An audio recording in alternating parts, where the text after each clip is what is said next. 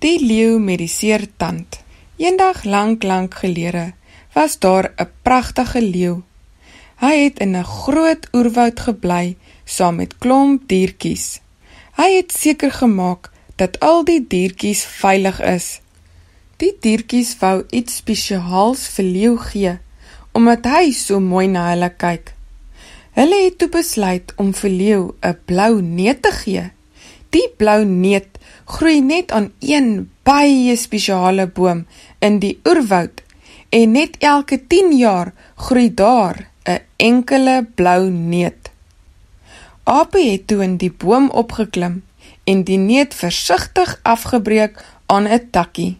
Apie het die neut mooi toegedraai in 'n groot groen blaar. Leeu was so opgewonde toe hy die present kry. Toe hy dit oopmaak, het hy eers nie geweet wat dit was nie. Maar toe hulle vir hom vertel van dit, was hy so opgewonde. Apie wou nog sê, wag, jy moet die neut se dop oopbreek met 'n klip. Toe byt leeu al klaar die neut. Die neut het 'n baie harde dop, wat 'n mens net kan oopmaak met 'n skerp klip.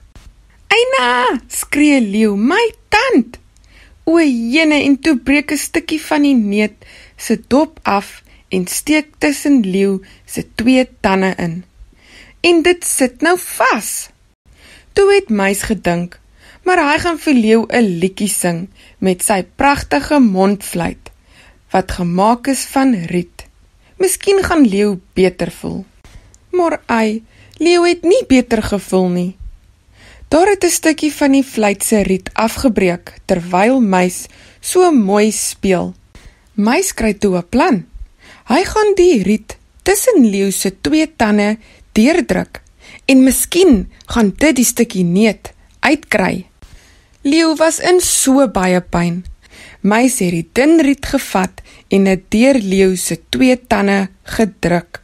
"Hoera!" skree muis. Hy het dit reg gekry. Die stukkie neut is uit. Sjoe, leeu was so bly en somme baie honger. Uiteindelik kan leeu sy lekker soet neut eet.